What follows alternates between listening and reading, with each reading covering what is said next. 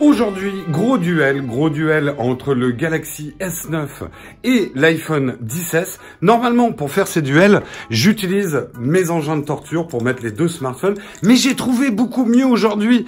J'ai trouvé un Guillaume Slash. Bonjour. Un Guillaume Slash Comment dit ça va aussi le trépied vivant. C'est vrai. Hein, quand on était à l'IFA, je t'ai bien aidé. Hein. Absolument. Alors, il y a une petite différence de taille. Baisse-toi. Oh non, ou sinon on filme comme ça. Enfin, je sais pas, comme vous préférez. Alors, une partie de ce test va être complètement tournée avec les smartphones. Oui. Là, je suis en train de filmer l'intro avec l'iPhone XS. 10S, exactement. C'est celui que tu vas plutôt manipuler aujourd'hui. Ouais. Moi, je vais plutôt prendre le Note 9. Donc toi, t'es team Samsung et je suis team Apple. Voilà. Et comment ça va se passer? En fait, on va aller faire un certain nombre de photos dans le quartier. Exactement. Et surtout, on se retrouvera ici dans l'atelier pour les commenter ensemble. Sur Lightroom, avec les photos côte à côte et on essaiera de vous donner notre avis. Et puis ça va être très sympa. Voilà. Allez, on y va tout de suite. On fait comme les vrais vlogueurs. Oui. À tout de suite.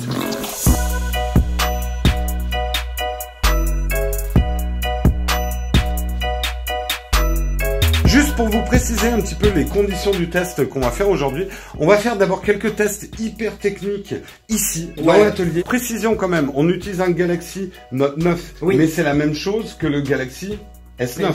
Et toi, tu as un iPhone XS Max et tu confirmes bien, c'est exactement la même chose que le XS. C'est la même chose. Apple n'a pas fait de différence. Et dans une certaine mesure, c'est pareil que le 10R qui va sortir, parce que à part le téléobjectif, il n'y a pas le téléobjectif sur le 10R, c'est ça. Mais la caméra, la caméra principale est identique. Et la frontale aussi.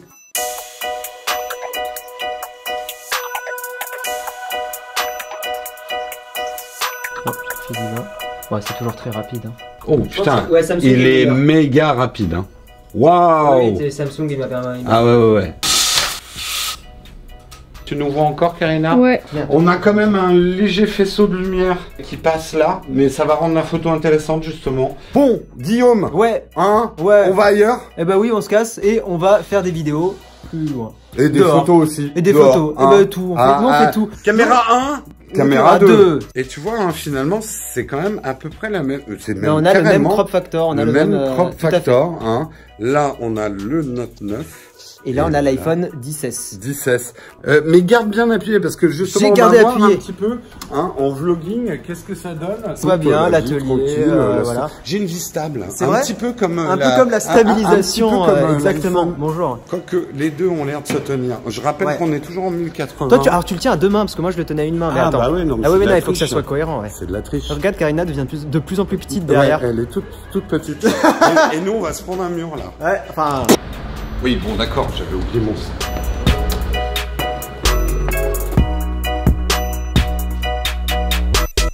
On va profiter de cette petite ruelle. On va faire des tests vidéo de stabilisation. Là, c'est sur des pavés. On va faire de la marche normale. Ce qui va être intéressant, c'est que là-bas, on a de la haute lumière. Là, on a de la basse lumière.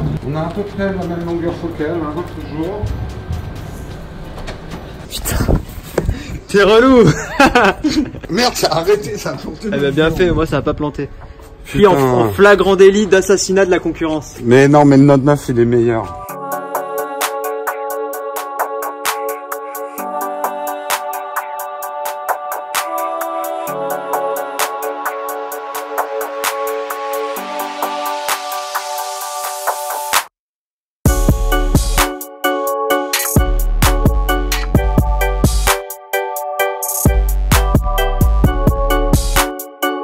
Les photos de basse luminosité, on va refaire une séquence demain soir et on la rajoutera à cette vidéo. Non, là on va galérer, il y a trop de soleil pour faire de la basse luminosité. Oui, donc on va rester de jour. Absolument. Parce que nous sommes des êtres de jour. L'esprit éclairé. Absolument, des êtres de lumière.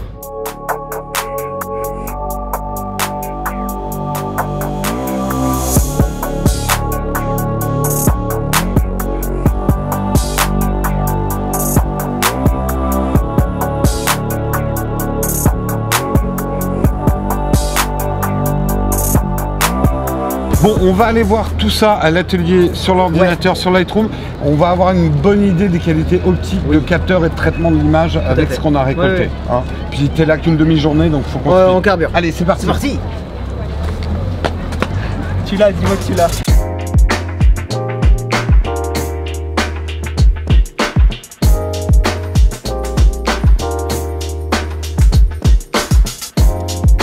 Guillaume, cette première photo, même condition d'éclairage, on a à peu près la même longueur focale. Les objectifs sont pas tout à fait à la même hauteur. Un chouïa de différence. Un chouïa de différence. Qu'est-ce que tu penses de ces deux images? Celle d'Apple est un petit peu plus chaleureuse.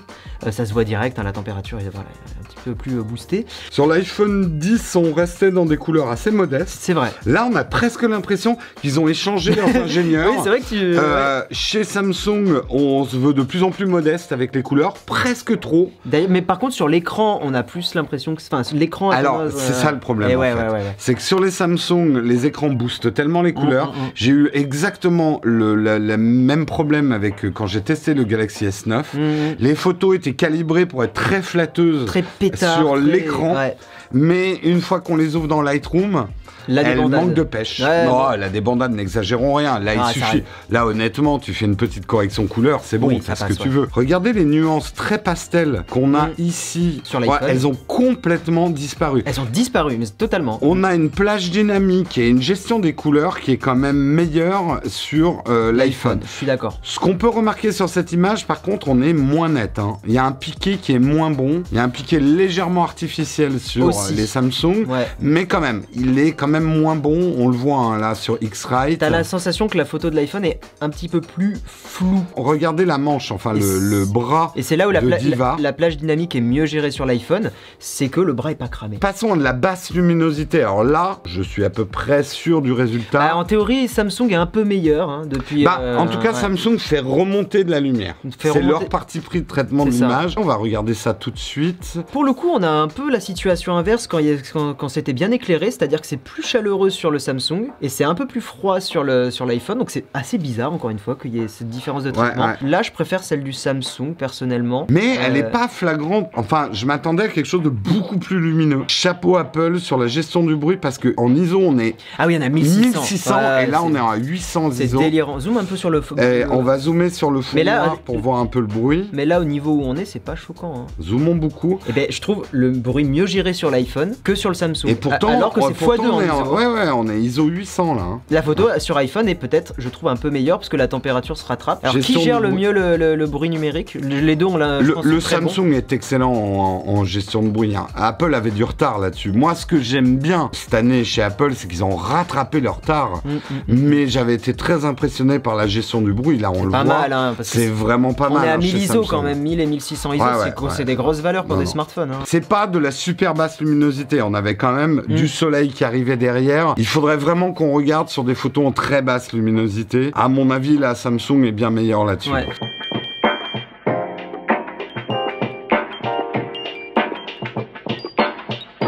Passons à cette photo qu'on a fait dans la cage d'ascenseur, pas très loin d'ici. On est en moyenne luminosité, même en basse luminosité sur les bords. Ouais, c'était moyen, c'était un éclairage de couloir. Ouais, pas grand chose à dire. Hein. Je trouve que les deux sont très similaires. On est kiff-kiff. Hein. Les deux sont très similaires. Passons au mode portrait. On s'est fait on s'est fait quelques jolis portraits. On est vraiment habillés pareil, hein, Guillaume. C'est vrai qu'on est vraiment. C'est une catastrophe. Hein. C'est le papa, le fiston, quoi. Oui, c'est un peu ça, quoi. On va dire que la gestion du faux bokeh est très correcte dans les deux cas. Très correcte dans les deux cas. Zoomons un peu sur les cheveux, hein, parce que c'est là, et sur les lunettes. Mais là, je trouve que dans ce cas-là, ça a vraiment bien réussi. C'est dommage que j'ai pas porté mes lunettes pour le coup, parce que ça aurait été bien pour la comparaison. Là, l'iPhone s'en est pas trop mal sorti. Et c'est cool parce que les cheveux, c'est pas mal. L'iPhone a souvent tendance à avoir du mal avec les lunettes. On l'a remarqué sur d'autres clichés. Là, il se débrouille bien. Ouais, non, il s'est bien débrouillé là pour nous détacher du fond. Alors, un truc que j'aime bien sur les nouveaux réglages de l'iPhone XS, c'est que en fait, le mode portrait sur le Samsung, c'est un peu un flou gaussien. Oui, en gros, il applique un flou. Ce que les ingénieurs de chez Apple ont essayé de faire, on le voit dans ces rondes bokeh, tu vois. C'est plus naturel, un flou qui est plus proche d'un vrai appareil. Bokeh. Ils simulent un petit peu plus un flou optique par rapport à un flou gaussien. Mais ils ont la profondeur aussi, ils ont des infos sur la profondeur, donc ça doit aider. Donc ça... Et encore une fois, l'iPhone a un côté plus punchy au niveau des couleurs. Les chairs. Et moi, là, on dirait un vieux jambon. Hein. Désolé, Guillaume. Totalement. T'as une tête de vieux jambon qu'on a laissé au frigo trop longtemps, tu sais. Jambon rance. Ouais, tu sais, avec les reflets un peu bleutés, tu sais. Moi, on dirait un petit peu une brioche. Ouais. Bon, après, il y a les joues qui font très brioche. Mais toi, tu viens de sortir du four, là. Ouais, je suis croustillant. Je suis appétissant. Ouais. Alors, regardons nos peaux de près. Bon, après, on n'a pas les peaux d'un même âge. Hein. Il n'y a pas la même élasticité. Mais globalement, on a beaucoup parlé du Beauty Gate, du lissage des peaux. Ouais, non. Là, c'est pas flagrant. Il n'y a rien de lissé, là, je trouve. Au niveau des cheveux, là, c'est un peu moins bien. Mais il faut dire qu'il n'y a pas les deux objectifs. Hein. Mais par contre, ce qu'on repère... Là, c'est du calcul. Hein. Ouais, mais par contre, ce qu'on repère assez vite, même quand c'était... Tiens, mets-toi sur ton visage à toi. Même quand c'était dézoomé, c'est que l'iPhone est dans les choux au niveau de la branche de lunettes. Ah oui, oui. Branche de lunettes. Là, elle est partie. Voilà, donc c'est dommage parce que ça, c'est le genre de truc qui peut gâcher un faux portrait. Hein, exactement. Là, pour le coup, c'est pas la même focale. Hein. C'est vrai que tu peux mettre moins d'amis sur les iPhones. Mais je préfère aussi, ouais. Mais les visages sont moins déformés. Là, c'est sûr qu'on aurait pu faire rentrer 2 amis de plus sur le Note 9. Alors là, on a pris le plus joli modèle quand même pour pouvoir faire un portrait. Ce qu'on peut voir direct, c'est que, encore une fois, la plage dynamique de l'iPhone 10 est bien meilleure, enfin 10S, est bien meilleure. Tu le vois à droite, tu le vois à gauche, enfin c'est très chaleureux, hein. Trop. Alors, c'est trop chaleureux, je suis d'accord. En même temps, c'est assez réaliste. On avait une lumière verte qui venait des arbres. Il a assez bien reproduit cette légère nuance verte avec les jaunes sur l'iPhone. En fait, le Samsung met beaucoup plus de lissage sur les cheveux, mais du coup, côté iPhone, on dirait qu'on l'a découpé avec un haut lasso. Oui, on dirait que fait clac, clac, clac. Non, mais c'est au lasso, oui, dans Photoshop, quoi. Ça se voit surtout en haut à droite. C'est pas bon. Hein. Là où t'as ton curseur, c'est en fait, dès qu'il confond avec la branche d'arbre derrière, il sait pas trop quoi faire, donc il lui fait une bosse de cheveux. Bah, regarde le bout à droite de la mèche, c'est dégueulasse. Regarde le bord du blouson. Là, il a été beaucoup plus respectueux, le Note, avec le bord du blouson. Ici, il a complètement coupé. Il savait pas où était le bord de la capuche. Le blouson, il avait... il a coupé un morceau de tissu à Karina.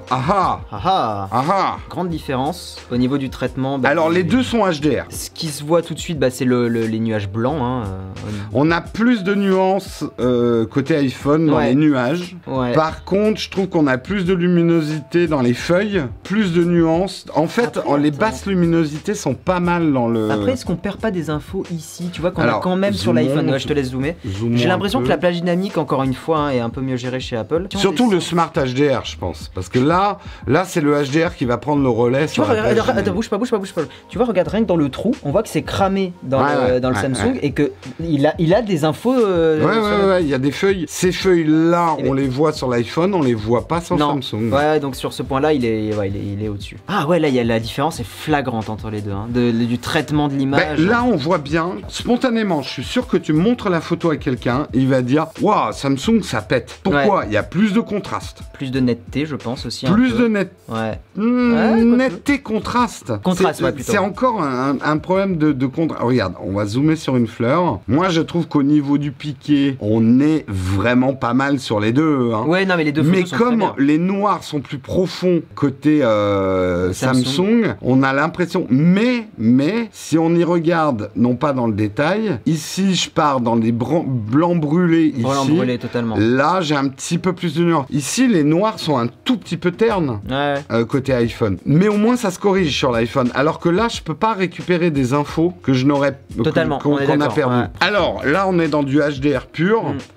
HDR plus réussi côté Samsung. Hein. Je trouve plus réussi côté Samsung. Ah ouais. Même s'il y a un côté un peu artificiel sur le dôme. En fait, on dirait qu'elle est retouchée. Ouais, on dirait qu'elle est retouchée. On dirait qu'on a remonté les ombres côté Samsung. Elle est plus réaliste côté iPhone, mais du coup plus terne. T'as l'impression d'avoir mis le pinceau exposition et d'avoir augmenté un peu. Ouais, augmenté les ombres. En fait. Ouais. Simplement augmenter les ombres. Et du coup, ça donne une impression de piqué exceptionnel sur le Samsung. Alors que si on zoome, beaucoup moins. C'est une différence de philosophie. Hein. C'est pas du tout une critique, c'est juste une différence de philosophie au niveau du traitement de l'image. Là, on voit, tu vois, c'est ce que je te disais, Samsung va rajouter du contraste par des lignes noires, donne un petit côté. Alors, c'est vrai que ça pète, hein. Ça augmente l'impression de netteté. L'impression de netteté.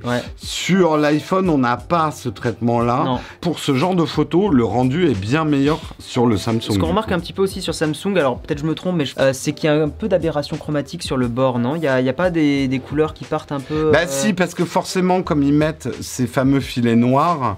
C'est bien maîtrisé. C'est bien vu. Apple, là, on le voit. Hein. Apple, c'est bien maîtrisé, je trouve. C'est très clean. Mais je trouve que chez Samsung, c'est très criard. Ça se voit, vraiment. Donc, une photo photo de paysage classique, hein, Paris dans toute sa splendeur, hein, pollué. Et c'est touriste. Paris pollué, ah, putain, Paris, on la voit la pollution. On la voit la pollution. Oh là là là là. Le petit halo marronâtre là. Ah ouais, il est sale. Hein. C'est sale. Hein. Intéressant au niveau du piqué. Ouais. Moi, je préfère celle du Samsung. J'ai du mal à dire comme ça. Moi, je zoome un peu sur les bâtiments, tu vas voir. C'est là où Samsung, ils sont vraiment meilleurs. C'est justement avec ce traitement de surligner un peu les choses en noir. Regarde comme les bâtiments se détachent. Comme on disait tout à l'heure, je trouve que l'iPhone a un côté plus photo et je trouve que ça fait artificiel là pour le coup. Ouais, mais regarde comme les grues se détachent bien. Là, on est dans... c'est blurré.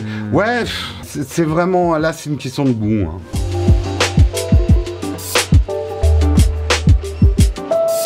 Guillaume, on va regarder rapidement les vidéos. On a fait un certain nombre de vidéos. On a fait une première séquence, donc 4K 60 images secondes. Ouais. Donc le max. Le maximum. Donc le maximum. D'ailleurs, moins de plage dynamique normalement. Moins de plage dynamique et stabilisation pourrie sur les deux. Enfin, pas très bonne sur les deux. Ouais, c'est un peu dégueu hein, quand même. Dans les deux cas, c'est pas génial. L'avantage quand même sur l'iPhone, c'est que il est pas limité. Au niveau du temps. Au niveau du temps, tu gardes l'autofocus, alors que sur Samsung, 5 minutes hein, en 60 images secondes. C'est limité. Alors, si on passe à 30 images secondes, là, normalement, chez Apple, cette année, ils nous ont dit qu'il y avait une plage dynamique améliorée sur l'iPhone. Tu le vois tout de suite, en fait. Tu regardes au niveau du soleil. On le voit un peu tout de suite. On a une plage dynamique qui est meilleure sur l'iPhone. Là, regarde, cramé, ça reste cramé. Ouais, mais le sol de l'iPhone est pas cramé. Et pas cramé, ouais. C'est meilleur, la stabilisation... Un peu équivalente. Peut-être petit avantage à l'iPhone, mais de que dalle. Hein. Ouais, c'est parce qu'on marchait pas exactement. Oui, on marche pas pareil. Moi, je suis vieux. Alors là, on est en 1080p, 30 images secondes. Donc c'est normalement le mode où les deux doivent avoir la meilleure plage dynamique, la meilleure stabilisation, le meilleur tout quoi. On voit qu'il y a la même longueur focale, le crop factor est le même sur les deux. Et ben, regarde le Samsung aussi. Maintenant, le sol n'est plus cramé. Ouais. Donc en fait, le 1080, c'est vraiment le meilleur. Ouais. Moi, je trouve que la stabilisation, elle est bonne sur les deux. Hein. Là, elle est bonne sur les deux. C'est bien. Hein. Peut-être légèrement meilleur sur l'iPhone. Hein. Mais globalement, c'est quand même deux smartphones avec lesquels vous pouvez tout à fait envisager de vous lancer sur YouTube en vous filmant. Plus, ça vaut des caméras à 400 balles. Hein. À 400 balles. Et en plus, ça fait smartphone, quoi. Vous pouvez, avec une bonne lumière et puis peut-être un micro externe, faire des productions... tout à fait semi-pro, on va dire. Ça dépend ce que tu filmes, mais globalement, oui. Guillaume, merci en tout cas de m'avoir accordé ce temps et cette journée. On s'est fait une jolie petite balade. Avec grand plaisir, hein, comme d'habitude. Hein. Globalement, on peut dire on a quand même affaire à deux grands photophones, vidéophones. Ils sont tous les deux capables de faire d'excellentes photos, de faire d'excellentes vidéos. Petit avantage côté, je pense, iPhone au niveau de la production vidéo. Je trouve qu'il sera peut-être un peu meilleur au niveau de plage dynamique et tout ça. J'ai été très épaté par le Smart HDR en photo de l'iPhone qui est vraiment très bien. Moi, l'avantage que je donne aux notes, il y a un truc que j'adore, c'est ce stylet. Pour de la retouche photo sur Snapseed. Pour retoucher.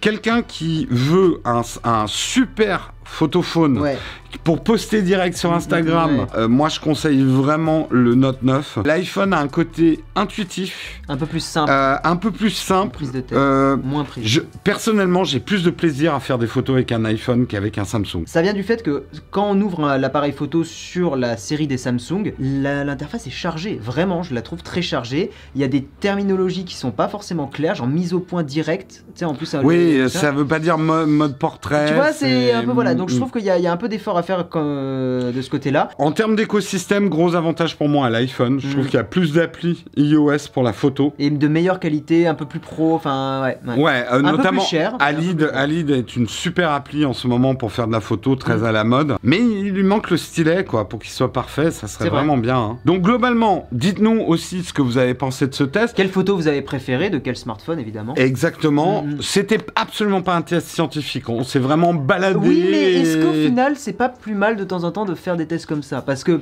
les tests scientifiques, tu les googles, tu les trouves. Bah, on n'est pas des XO. Voilà, mais au final, est-ce que c'est pas comme la façon dont toi et moi on utilise les smartphones qui a un peu plus de sens.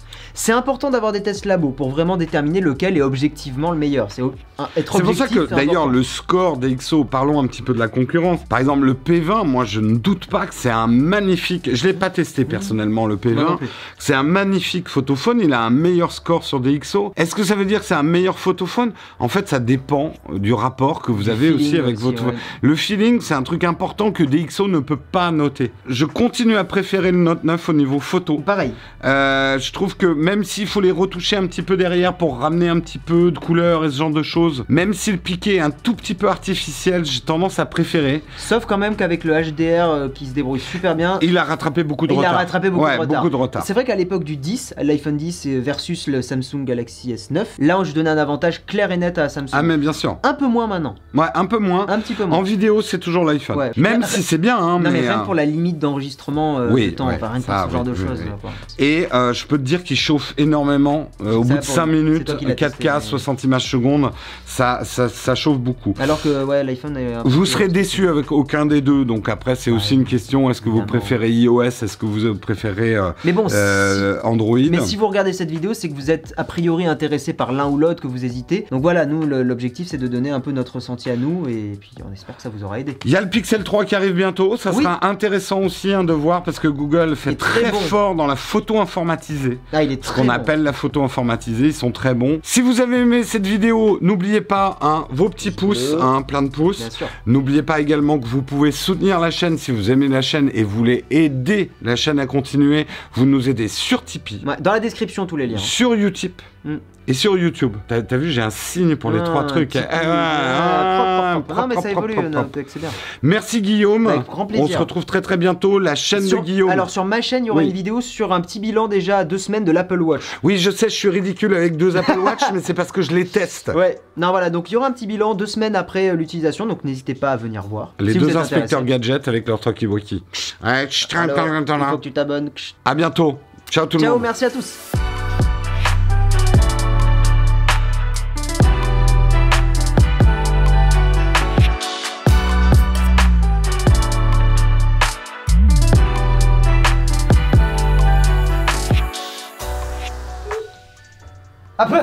Oh le crop.